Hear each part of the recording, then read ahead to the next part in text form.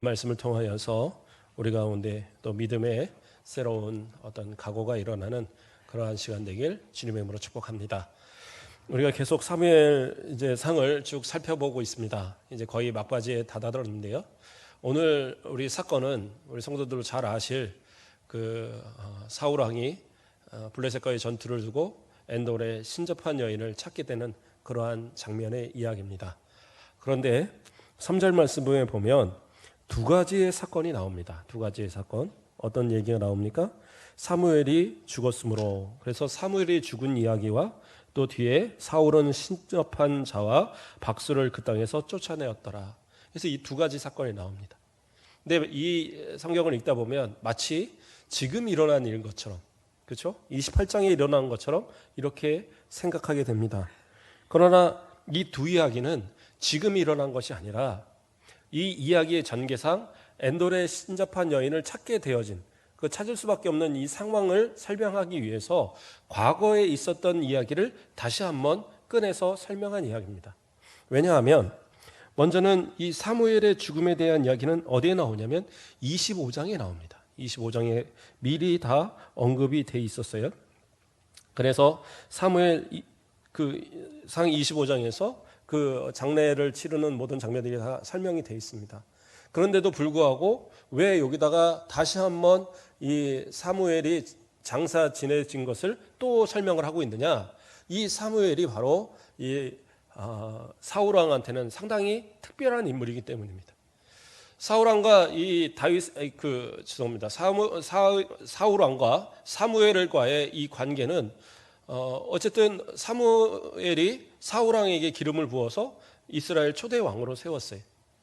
그렇기 때문에 사무엘이 자신을 세웠던 그런 위치에 있기 때문에 어떠한 상황에서도 사무엘을 함부로 할 수가 없어요.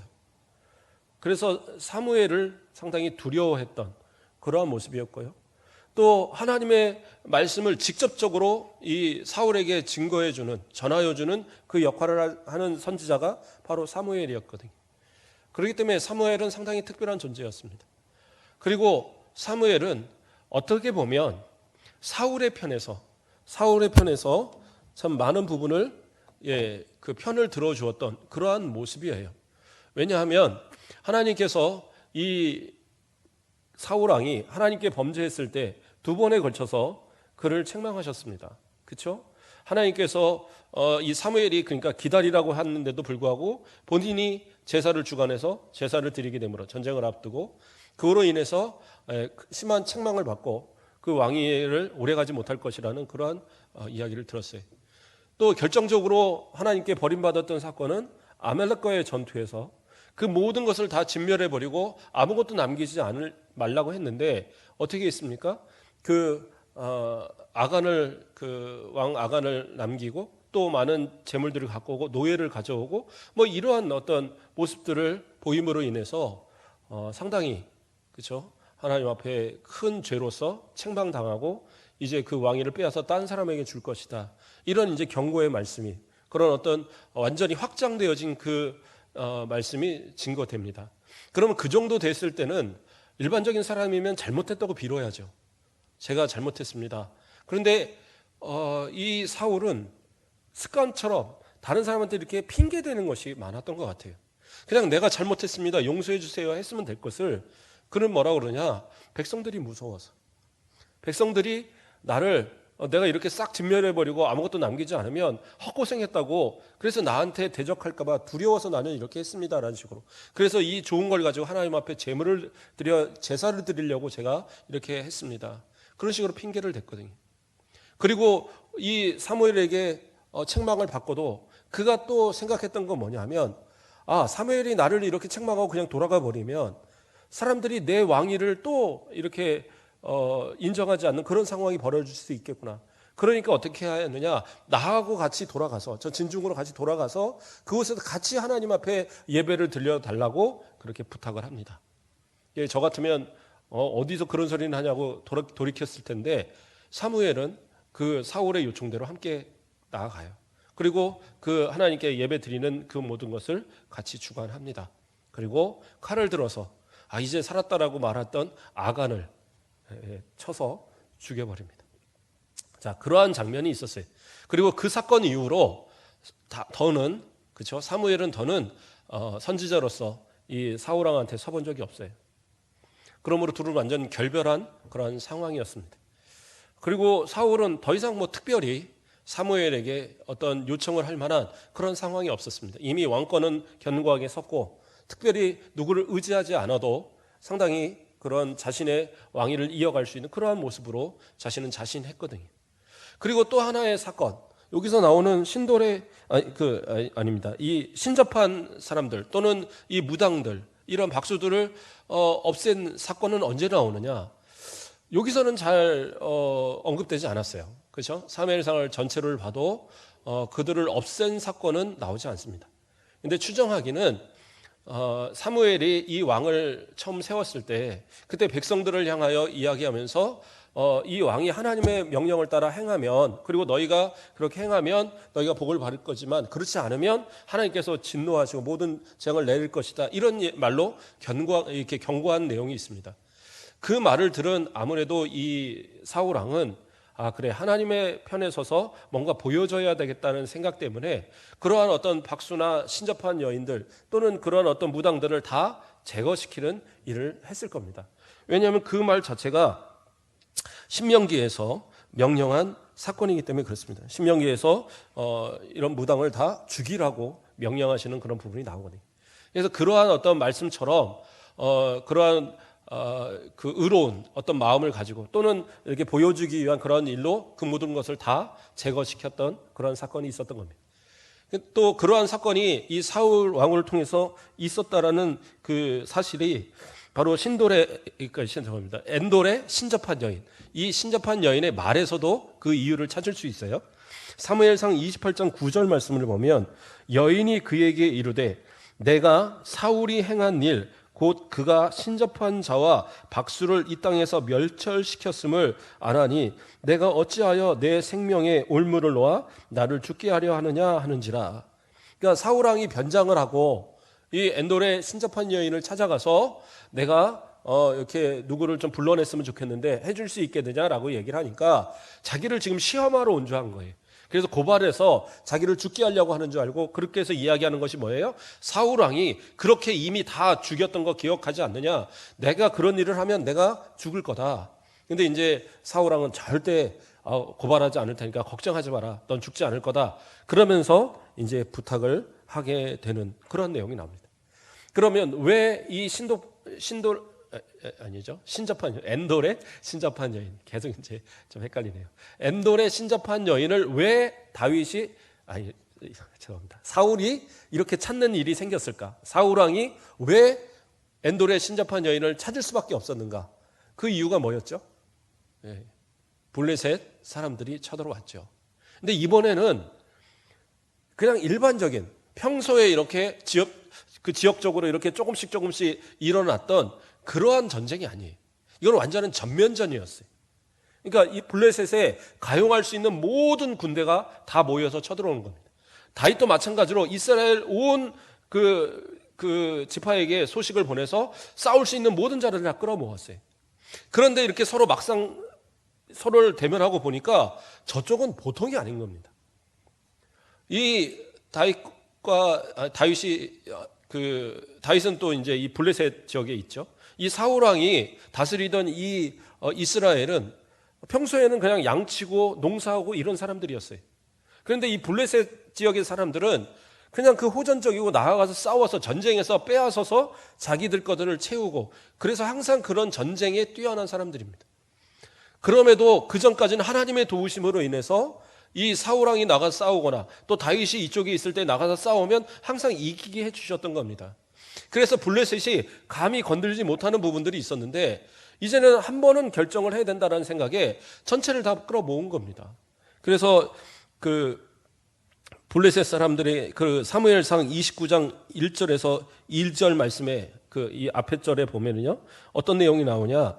블레셋 사람들은 그의 모든 군대를 그 아벡에 모았고 이스라엘 사람들은 이스라엘에 있는 셈 곁에 진쳤더라. 블레셋 사람들의 수령들은 수백 명씩 수천 명씩 인솔하여 나아가고 다윗과 그의 사람들은 아기스와 함께 그 뒤에서 나아가더니, 지금 이게 이제 군대가 지금 오고 있는 모습입니다. 그래서 수백 명씩 수천 명씩을 모은 각각의 수령들이 지금 오고 있어요.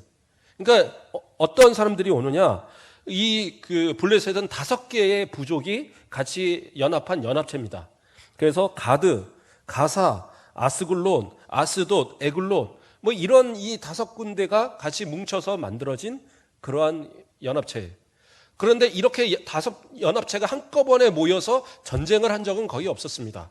그 전체의 어떤 지도자는 이 가드의 아기스 왕이었고요. 그런데 이 아기스 왕이 이 5 연합에다 더불어서 누구를 데려왔습니까? 다윗까지 데려왔어요. 그러니까 이 소식을 이 사울이 듣게 된 겁니다. 사울 왕이 이 소식을 듣고 보니까 이 5 수령들이 모은 이 사람들이 각각의 수백 명, 수천 명씩, 그러니까 합쳐놓으니까 수만 명의 사람들이 되는 거예요. 그 군대가 저 앞에서부터 쳐들어오는데 이거는 도저히 그냥 감당할 수 있는 정도가 아닌 겁니다. 그리고 더군다나 그곳에 블레셋에 누가 가 있어요? 다윗이 가 있습니다. 다윗은 전쟁에 능한 사람이에요.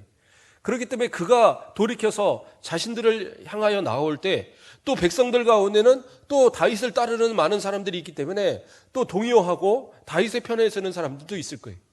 그렇기 때문에 지금 사울은 상당한 큰 두려움을 갖게 되었던 겁니다. 자, 그러한 큰 두려움 속에 그가 했던 건 뭐냐? 하나님께 물었습니다. 어떻게 물었어요? 하나님께 기도했는데 하나님이 응답하시지 않았습니다. 꿈으로도 우림으로도 또 선지자로도 응답하시지 않았다라고 성경은 이야기합니다. 자, 그러면 왜 그러한 일들이 왜 하나님께서 응답하시지 않았는가? 물론 앞서서 하나님께서 그를 버리심도 있지만 그러나 그가 행했던 일들로 인해서 나타나는 부분이 있습니다. 그렇죠? 꿈은 그렇죠. 하나님께서 계시를 통해서 주시는 건데 가장 낮은 단계의 거죠. 그러나 그러한 꿈도 하나님이 주시지 않았어요. 그렇다면 그 다음은 어떻게 해요? 제사장들이 갖고 있는 에봇, 그 앞에 있는 흉패에 들어있는 우림과 둠밈을 통하여서 그거를 통해서 하나님의 그 뜻을 묻거든요. 그런데 그 에봇을 누가 가지고 있어요? 그 아히멜렉이 이 대제사장이 누구에게 죽었습니까? 이 사울왕한테 죽임을 당하고 제사장 85명이 다 죽임을 당하고, 그렇기 때문에 이 안에서 그 하나님께 이로 물어줄 만한 제사장을 찾을 수가 없었어요. 그리고 이 에봇은 누가 가져갔느냐? 그 아히멜렉의 아들, 그렇죠? 그 아들이 그것을 가지고 다윗의 편에 가서 그곳에서 제사장으로서 그 에봇을 통하여서 하나님께 물어주는 그러한 일을 하고 있었거든요. 그러므로 지금 사울 왕은 물을 만한 상대가 없었어요. 자신이 자초를 한 일이죠. 그리고 그 다음에 생각나는 건 뭡니까? 선지자잖아요. 근데 선지자는 어떻게 됐어요? 마땅한 선지자가 그 곁에 없었고 그에게 가장 믿을 만한 선지자는 사무엘이었는데 사무엘은 이미 죽었단 말이에요. 그러니까 이제는 더 이상 물을 수 있는 방법을 찾지 못하니까 그가 생각나는 것이 뭐냐? 하나님은 응답하시지 않고 찾을 방법도 없고, 그러니까 신접한 여인을 찾아서 그를 통하여서 내가 물어보겠다 마음을 먹은 겁니다. 그런데 우리가 놀라운 사실은 그 신접한 여인을 통해서 찾으려고 했던 것이 누구냐? 사무엘이었다는 얘기입니다. 그냥 뭐 점 좀 찾아라, 내가 이길까요 아닐까요, 무슨 부채시나 이길까요 아닐까요, 뭐 옛날에 뭐 코미디처럼 그렇게 한 게 아니라 사무엘을 불러달라고 초원의식을 부탁을 했던 겁니다. 우리가 잘 오해하는 부분 중에 하나가 뭐냐면 우리는 자칫 귀신에 대한 존재를 오해할 수가 있어요. 귀신에 대한 존재를 오해하면 잘못하면 이단에 빠지고요, 잘못하면 우상을 섬기는 일에 빠질 수도 있어요. 귀신이란 존재는 사람이 죽어서 되는 존재가 전혀 아닙니다. 성경은 그렇게 한 번도 이야기하지 않습니다. 딱 이 한 장면이 나오는 것이 이 사무엘에 대한 장면인데 사무엘을 불러들이니까 나오긴 했어요. 그럼 그게 사무엘의 진짜 모습이냐? 이것은 뭐 논란은 있지만 그러나 단언하건대 그건 사무엘이 아니에요. 왜냐하면 그가 사무엘이라면 예수님이 하셨던 말씀 그리고 성경의 이야기에 이 대치되는 그러한 문제를 만들어냅니다. 예수님께서 그 누가복음에 부자와 거지 나사로의 비유를 이야기하실 때 그들이 어떻게 됩니까? 그 나사로와 이 부자가 죽어서 즉시 하늘나라를 갔어요. 그래서 하나는 천국으로 그리고 부자는 지옥으로 그렇게 떨어졌습니다. 그게 지금 현세의 일이라는 것을 어떻게 아느냐? 바로 그 부자가 고백을 할 때에 내 가족들이, 내 형제들이 조금 저 지상에 있으니까 나사로를 보내서 그들이 이곳에 오지 않도록, 이 지옥에 오지 않도록 전해달라는 그런 부탁을 합니다. 그러니까 그 내용을 보아서도 그것은 지금 실제적으로 일어나는 일을 이야기하시는 겁니다. 그리고 많은 학자들이 이야기할 때 비유와 또 이렇게 부자와 나사로의 비유의 차이가 뭐냐 하면 비유에서는 그냥 비유를 얘기하는 거예요. 우리가 아는 이 꽃을 봐라, 뭐를 봐라, 나무를 봐라 이렇게 비유를 쓰는데 그런데 나사로라는 이름을 정확하게 거명해서 말하는 이유는 뭐냐? 이게 실제적으로 일어나는 일이라는 거예요. 실제적으로 일어났기 때문에 나사로가 그 천국에 갔다라고 그렇게 거명을 하는 거예요.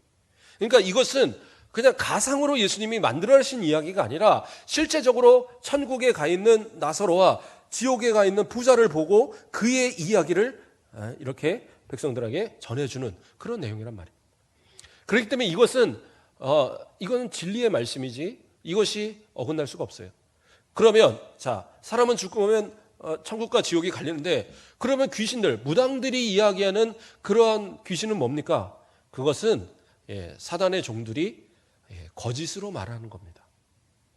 그들은 영적인 존재이기 때문에 과거의 일들에 있어서는 잘 알아요. 그래서 그것을 흉내내는 겁니다. 사람의 어떤 모습을 흉내내고 그리고 그 사람의 말투, 그 사람의 과거의 것들을 흉내내요. 그러면 사람들이 그거에 미혹하고 넘어가는 거죠. 그래서 처음에는 뭔가 이렇죠. 그런데 나중에 보면 모든 돈 다 뺏기고 뭐하고 잘 되는 것을 못 봤어요. 왜 그래요? 그들이 사악한 영들이기 때문에 그런 거예요. 그래서 성경에 귀신이라는 말이 있던데요. 그렇게 번역을 했으니까 그렇죠. 그런데 그러한 것들이 사람이 죽은 귀신이 아니라 그러한 어떤 사단의 종들이라는 것. 이것을 우리가 잘못 이해하면 그러니까 그 무당들 같은 사람들도 이야기하는 거예요. 점쟁이 같은 사람도 하는 얘기가 가끔 이렇게 권사님들이 전보러 온다는 거예요. 그래서 왜 그러냐니까 뭐 잘 모르겠어서 온다. 그러면 뭐 점도 봐주기도 하지만 때로는 막 혼내서 보낸대요. 교회생활 열심히 하라고. 그리고 또 점 했는데 좀 적개가 잘 안 나고 이러고 나쁘게 나오고 그러면 당신 교회 가라고 이렇게 해서 자기 전도도 많이 했다. 이런 얘기도 들어봤어요. 그러니까 그런 거에 있어서 거짓말에 현혹될 이유가 하나도 없다라는 거예요. 그런데 참 그러면 이 엔돌의 그 신접한 여인은 자신이 그 어떤 사무엘을 불러낼 수 있다라고 생각을 했느냐? 그렇지 않았어요. 그도 알았거든요. 자신이 불러내는 귀신 뭐 이러한 모습이 진짜 그 당사자가 아니라는 걸 알았어요. 그런데 지금 이 사울의 요청에 따라 그가 초원 의식을 귀신님 오세요 하고 초원 의식을 하는데 자기가 보기에 진짜 사무엘이 드러난 거예요. 그러니까 자기도 깜짝 놀란 겁니다. 아니 이런 일이 있을 수가 없는데 자기가 볼 때 진짜 사무엘 같은 영이 올라오는 걸 본 거예요. 그러니까 그가 깜짝 놀라서 이것을 요청하는 이 사람이 사울 왕이라는 걸 그때 깨달은 겁니다. 왜 당신 나에게 거짓말을 합니까? 그러면서 사울 왕이 지금 요청한 그 사무엘이 나왔다는 사실을 말을 해줍니다. 그러면 이 사무엘이 나와서 하는 얘기가 뭐라 그러냐? 나를 왜 귀찮게 하느냐? 상당히 짜증낸 목소리로 얘기하면서 그러면서 이제 이 사울 왕이 자신의 어떤 그러한 상황을 다 설명을 합니다. 설명을 하고 나니까 뭐라고 얘기를 하느냐? 너는 이미 하나님께서 다 너 멸하고 너의 것을 다 다윗에게 주기로 하지 않았느냐? 그런데 왜 물어보느냐? 그래도 또 이야기해 주세요. 제가 어떻게 될지 궁금해서 그럽니다. 그러니까 어떻게 해요? 이 전쟁에서 넌 패할 거고 내일 너와 네 자식이 나와 함께 있을 거야. 뭐는 얘기예요? 넌 다 죽을 거야라는 이야기를 하는 거예요. 그러니까 그 얘기를 듣고 이 사울 왕이 어떻게 돼요? 크게 낙심합니다. 그 자리에서 그냥 쓰러져서 움직이지를 못해요. 아예 기운도 없습니다. 기력을 완전히 잃어버립니다. 그러니까 그 신접한 여인이 깜짝 놀라죠. 야, 지금 이 상황에서 내가 잘못하면 큰일 나겠구나. 그래서 자신이 간절히 부탁을 하죠. 제가 당신한테 음식을 해드릴 테니까 이 음식 먹고 힘내서 돌아가십시오. 뭐 그 젊게라고 그게 다 맞겠습니까? 뭐 이러면서 뭐 이렇게 위로를 했겠죠. 그래갖고 송아지를 잡고 음식을 만들어서 대접하고 돌려보냅니다. 근데 여기서 우리가 잘못된 부분이 뭐였습니까? 그가 또 변명하려면 변명할 거리가 있어요. 뭐예요? 하나님께서 응답하시지 않았기 때문에. 우리 제목에서 봤듯이 그가 대답하지 아니하시므로 하나님이 대답하지 않으시니까 내가 어쩔 수 없이 신접한 여인을 찾은 것이 아닙니까? 라고 말할 수 있겠는데, 그러나 다윗의 경우는 전혀 달랐어요. 다윗도 하나님께 범죄했죠. 범죄함으로 쫓겨나서, 그렇죠? 압살롬에게 쫓겨나서 이렇게 도망가는 그런 상황도 있었습니다. 물론 억울하게 그 사울 왕에 쫓겨나서 도망다니는 사건도 있었는데, 그런데 그가 그러한 도망 중에 또 그런 어떤 죄 중에 도망갈 때에 그가 어떤 모습으로 하나님 앞에 기도하느냐.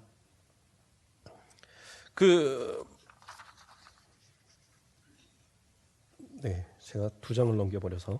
시편 40편 1절 말씀을 보면 내가 여호와를 기다리고 기다렸더니 귀를 기울사 나의 부르짖음을 들으셨도다라는 말씀을 합니다. 이게 무슨 말이냐? 내가 여호와를 그냥 말씀을 하나님께 기도하고 그리고 그 응답을 기다리다가 되면 되고 안 되면 말고 이런 것이 아니었다라는 거예요. 뭐예요? 기다리고 기다렸더니 귀를 기울이사 나의 부르짖음을 들으셨도다. 그러니까 기다렸다는 거예요. 하나님 응답 안 하시네? 어떻게 해요? 또 기다렸다는 거예요. 또 기다리고 오랜 기다림 속에서 하나님께서 응답하심이 있었어요. 그러나 때로는 그 응답하심이 너무나도 길어질 때가 있었습니다. 그러니까 또 뭐라고 고백하느냐? 시편 143편 7절 말씀에 여호와여 속히 내게 응답하소서. 내 영이 피곤하나이다. 주의 얼굴을 내게서 숨기지 마소서. 내가 무덤에 내려가는 자 같을까 두려워하나이다. 뭐예요? 내가 간절히 부르짖는데 내가 곧 죽게 됐으니까 죽기 전에는 응답해달라는 얘기예요. 그러니까 뭐예요? 내가 죽을 때까지 하나님의 응답을 기다리겠다라는 고백이에요. 기다렸는데 그냥 기다리는 게 아니라 죽을 때까지, 죽기 직전까지 나는 하나님 앞에 응답을 기다리겠습니다. 사울이 만약에 그러한 기다림이었다면 그럼 하나님이 응답하지 않으셨을까요? 그가 하나님 앞에 회개할 때에 정말 그 책망이 올 때에 철저하게 내려놓고 부르짖으면서 용서해달라고 그 용서의 어떤 구함을 그렇게 끝까지 구했다면 하나님이 용서 안 하셨을까요? 그런데 어떻게 해요? 다 핑계. 그리고 이 마지막 이 순간에서도 하나님께서 응답하지 않으셨기 때문에 내가 신접한 여인을 찾는다라고 그렇게 고백하고 있더라는 겁니다. 그러나 다윗은 그가 정말 힘들고 어려운 상황이 처했을 때에도 그는 결코 굴하지 않고 포기하지 않고 하나님 앞에 철저하게 끝까지 매달려서 하나님 내게 응답하시옵소서. 응답할 때까지 저는 기다리겠습니다. 그러한 모습으로 그렇게 기다리고 있었다는 사실. 그랬을 때 하나님이 어떻게 하셔요? 그에게 응답하셨고 사울 왕의 그 어려움 가운데서도 하나님 지켜주셨고 압살롬에게 쫓겨난 그 상황에서도 다시 회복시키셔서 그 왕위를 보존하시고 더 나아가서는 그 왕권을 견고하게 하셔서 전무후무한 이스라엘의 전무후무한 가장 위대한 왕으로 그렇게 세워지고 지금도 이스라엘 사람들이 자신의 그 깃발에 그려놓은 별이 뭐예요? 이게 다윗의 별입니다. 그들은 지금도 고대하고 있어요. 하나님께서 메시아의 나라를 다시 세워서 정말 다윗의 왕국과 같은 강건한 나라를 세워달라고 그들은 그렇게 얘기하고 있거든요. 그러니까 예수 그리스도를 인정하지 않기 때문에 그 유대인들은 구원의 대상이 아니에요. 그러니까 그들도 하나님 믿으니까 우리나 다 똑같겠거니 이런 생각하면 안 된다는 얘기예요. 우리는 성도들은 어떠한 존재입니까? 예수 그리스도의 피로 구원받은 사람들입니다. 우리가 구원받은 사람이라는 사실은 어떤 거냐? 우리는 믿음으로 말미암아 살아가는 사람들인 겁니다. 그러니까 믿는다는 것도 뭡니까? 끝까지 신뢰하고 끝까지 따르는 거예요. 어느 때에는 하나님 나에게 복을 주시니까 믿고 어느 때에는 내게 복을 안 주시니까 하나님 믿어봐야 별거 없네. 이건 믿음이 아니에요. 믿음은 어떻게 해요? 끝까지 매달려서 인내하고 기다릴 줄 아는 게 그게 믿음인 겁니다. 그래서 로마서 1장 17절 말씀에 뭐라고 얘기해요? 복음에는 하나님의 의가 나타나서 믿음으로 믿음에 이르게 하나니 기록된 바 오직 의인은 믿음으로 말미암아 살리라 함과 같으니라. 믿음으로 사는 것, 믿음으로 사는 것, 그게 진짜 의로운 우리 성도들의 모습이 된다는 사실입니다. 그렇다면 좋아요. 만약에 우리가 열심히 기도했는데 그 기도가 응답이 안 되는 경우가 있잖아요. 그러면 어떻게 하시렵니까? 그렇게 기도해서 참고 기다렸는데 내가 이 땅에서 원하는 소원의 기도가 들어지지 않았어요. 거봐요. 하나님께 기도해도 하나님 안 들어주셨잖아요. 그런데 그것은 우리의 착각입니다. 하나님께서 우리를 향하신 계획은 단순히 이 땅에서 잘 먹고 잘 사는 것만을 원하시는 것이 아니에요. 하나님은 저 영원한 천국을 예비하시고 그것을 우리에게 허락하여 주셨어요. 그렇기 때문에 우리는 우리의 영혼이 구원받았다는 그 확신을 가진 성도라고 한다면 좋아요. 이 땅에서 내가 소원하는 일들이 이루어지지 않는다 할지라도 우리는 결코 하나님을 배반해서는 안 되는 거예요. 다니엘의 친구 그 사드락 메삭 아벳느고를 아시잖아요. 이들이 풀무불에 들어갔습니다. 풀무불에 왜 들어갔습니까? 느부갓네살 왕이 만들어 놓은 신상에 절하라고 했는데 절하지 않았어요. 한 번만 절하면 살려준다는데도 절하지 않았어요. 그가 고백하는 건 뭐예요? 하나님께서 분명히 어떤 상황에도 우리를 지켜주실 건데 혹시 그렇게 아니하실지라도, 그래서 다니엘서 3장 18절을 보면 그렇게 하지 아니하실지라도 왕이여 우리가 왕의 신들을 섬기지도 아니하고 왕이 세우신 금심상에게 절하지도 아니할 줄을 아옵소서. 뭐예요? 그냥 죽겠다는 거예요. 그런데 막상 그 풀무에 들어갔을 때 이제는 이건 살 소망도 없고 살 방법도 없어요. 그 안에서 나올 수 있는 방법은 전혀 없어요. 그런데 어떻게 하나님께서 그 안에서 그들을 머리털 하나도 그 옷 하나도 타지 않도록 그들을 보호하시고 지켜내시는 은혜가 있었다라는 거예요. 그 은혜가 바로 우리 가운데 있는 하나님의 응답으로 주어지길 소망합니다. 그러니까 우리는 성도들은요 항상 기다릴 줄 알아야 돼요. 그냥 단순히 지금의 급한 어떤 상황 이것만 모면해 주시면 이러한 마음 갖지 마시고 진짜 하나님의 뜻이 어디 있는가 생각하고 그 하나님 앞에 맡기고 기다려보는 겁니다. 그러나 사울은 기다리지 못해서 범죄하였고 기다리지 못해서 신접한 여인을 찾았고 기다리지 못했기 때문에 결국에는 비참한 죽음을 맞이했던 거예요. 그러나 기다렸던 다윗은 그 어떤 환난에서도 하나님이 도와주셨고 그리고 끝까지 하나님을 배반하지 않았던 사드락과 메삭과 아벳느고는 그 풀무 속에 들어갔으나 그 가운데서 건져내셨다는 사실이. 그렇다면 우리의 믿음을 하나님 바라봐 주시면 인내하고 주님만 섬기며 살아갈 때에 우리도 하나님의 도우심 가운데 하나님의 응답을 가지고 이 땅에서 승리하며 살아가고 더 나아가서 저 영원한 천국을 다 소유하는 그런 우리 성도들이 되어주실 줄 주님의 이름으로 축복합니다. 기도하겠습니다. 사랑의 하나님 감사를 드립니다. 오늘도 또 이 오후 시간 피곤한 가운데서도 우리 성도들을 지켜주시고 하나님 앞에 예배 드릴 수 있도록 인도하심을 감사를 드립니다. 사울 왕은 자신의 그 왕위를 지키기 위해서 또 여러 가지 거짓된 모습으로 행하다가 하나님께 버림받았지만 그 마지막 순간까지도 하나님이 원하시지 않는 뜻하지 않는 그 엔돌의 신접한 여인을 찾았던 것을 바라봅니다. 주님, 그러한 비참한 말로가 우리 성도들에게는 아버지여 잊지 않도록 하나님 지켜주시고 다윗과 같이 어떤 어려운 가운데서도 하나님께만 부르짖으며 응답을 기다리고 또 기다리고 기다림으로 하나님께서 응답하여 주시는 은혜를 누리게 하여 주시고 혹시 이 땅에서 우리가 원하는 것들을 이루지 못한다 할지라도 결코 우리가 하나님을 배반치 않고 저 영원한 천국을 바라보며 한 걸음 한 걸음 나아갈 수 있는 그런 우리의 믿음의 승리자들 되도록 오직 의인은 믿음으로 말미암아 살리라 말씀하신 것 같이 오직 믿음으로 승리하는 삶을 살아가는 우리 성도들 되도록 인도하여 주시옵소서. 감사합니다. 예수 그리스도의 이름으로 기도드립니다. 아멘.